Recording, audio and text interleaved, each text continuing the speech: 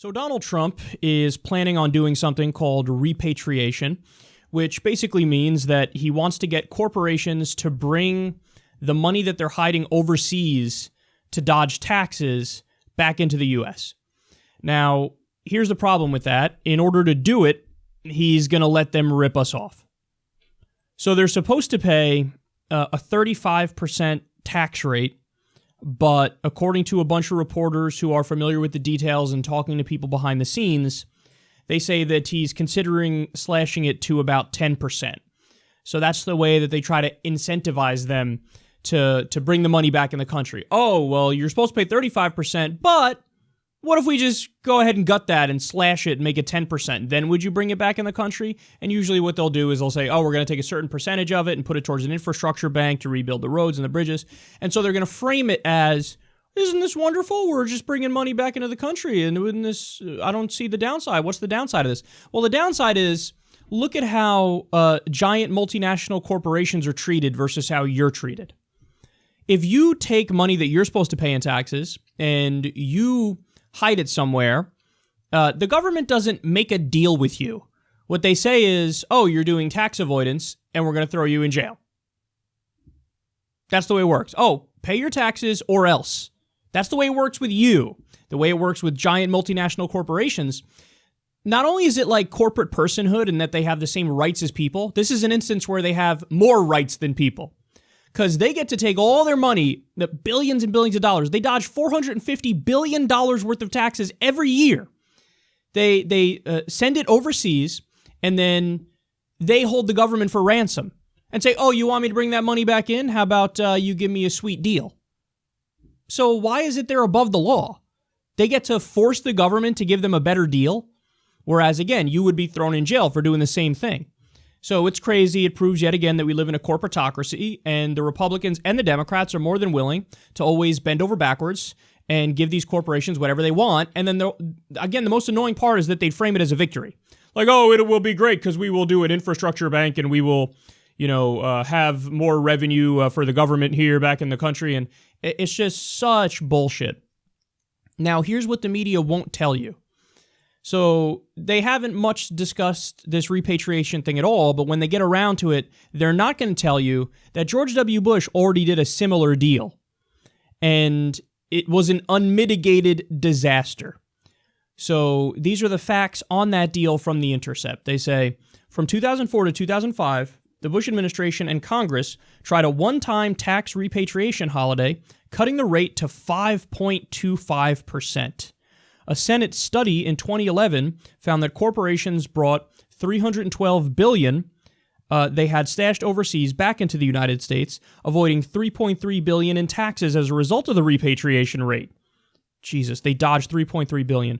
But the top 15 companies that took advantage of the holiday actually reduced their total U.S. employment by 20,931 jobs. Meanwhile, the report surveyed studies of all 840 corporations that took advantage of repatriation and concluded that there was no evidence that repatriated funds increased overall U.S. employment. So what did the companies use the money for? The report found that two things increased dramatically after repatriation: executive compensation and stock buybacks.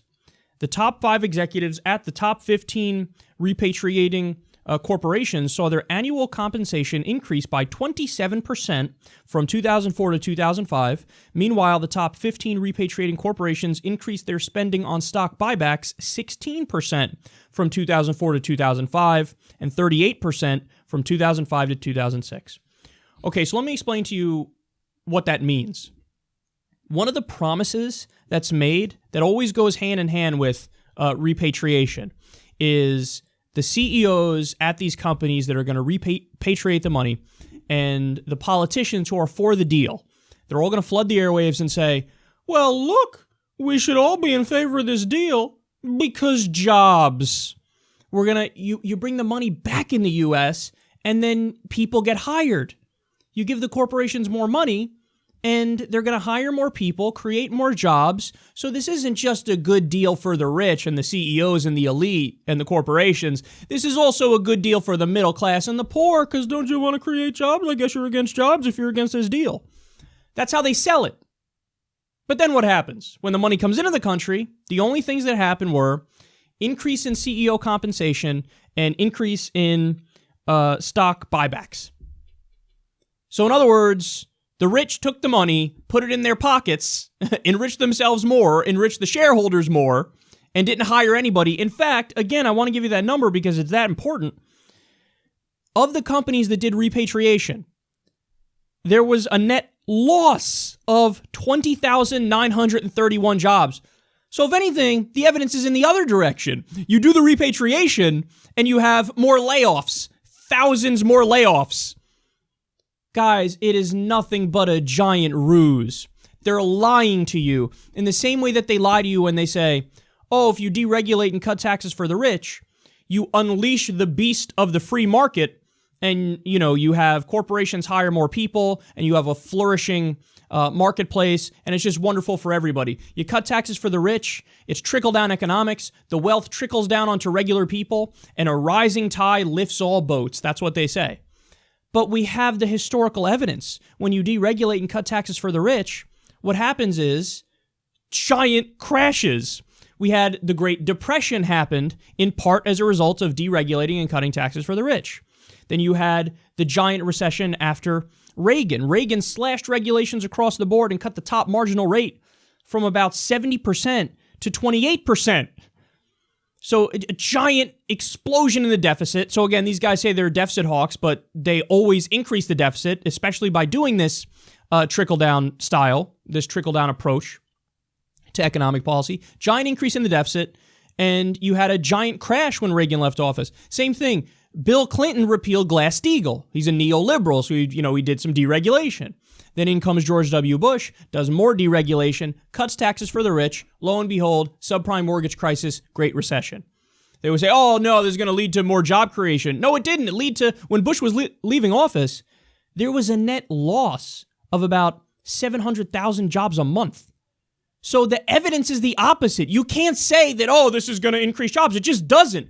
By the same token, they say, well, repatriation, it creates jobs. It just doesn't. There was massive job loss the last time. And all they did was take the money and put it in their pocket. The corporations did, the CEOs did, the rich did. And then whatever, other benefits they say, oh, it'll help with infrastructure, that's bullshit, because you know what would help even more? If you kept the fucking rate the same and you made them bring the money back in the country. That's how you would really help with infrastructure. That's how you would really help with, getting a revenue stream to the government. So, but they say, oh, we can't do that because then they're not going to willingly bring the money back in. What do you mean willingly? What the fuck does that even mean, willingly? Do they say that to you if you dodge your taxes? Do they go, look, he's not going to willingly pay them, so I guess we got to let him get away with it? No, they throw your ass in jail. So you know what you do? This is what you do to those corporations. You say, here's the deal. All these corporations that have their money sitting overseas, the trillions and trillions of dollars that are sitting overseas in tax havens, here's what's going to happen. If you don't bring the money back in, we're gonna fine you the equivalent of what would be a 40% tax on that money. So you could either get the 40% tax on that money, or you could bring it in and pay the 35% tax rate. Which one do you want to do? See, that's how a government that's actually looking out for you would function. Because understand that since they dodge these taxes, the corporations, that burden is shifted onto middle class and poor people. You have to make up the difference. In fact, right now, we have a historically low percentage of the tax burden is paid by corporations. Back in the day, a much larger percentage of the tax burden was paid by corporations.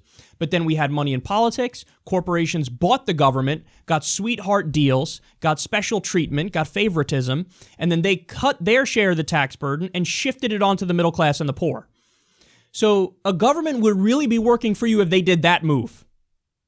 You say, look, here's the deal. If you keep the money overseas, we're going to do the equivalent of a 40% tax. It's a fine that's an equivalent of a 40% tax. Or you bring it in, you pay the 35% rate, no harm, no foul, everything's taken care of. But they wouldn't do that because both parties are bought by these corporations. So they're not looking out for you. So Donald Trump is going to try to pull another ruse here. This is a scam. This is a con. The corporations are going to love it. They're going to frolic in the meadow with him. They're going to hold hands and sing Kumbaya, talk about how great it is. And you may even have some Democrats go along with this. Corporate Democrats go along with this. But this repatriation deal is going to screw you. And I'm warning you in advance, all the talking points that are going to come. It's going to create jobs, create jobs, create jobs. No, it's not. It's a fact. We see the evidence. Didn't happen last time. There was massive job loss last time. All it will do is increase the CEO pay and stock buybacks for the companies. So now you know. They're going to say that, and they're going to say, oh, we're going to use the money for infrastructure. How could you be against it? Are you against infrastructure? No, how could you be for letting them get away with robbery, slashing their rate by holding you for ransom, and paying less into what could be an infrastructure bank? So I'm warning you of all the arguments they're going to use in advance, and you're going to see them play out. Just watch.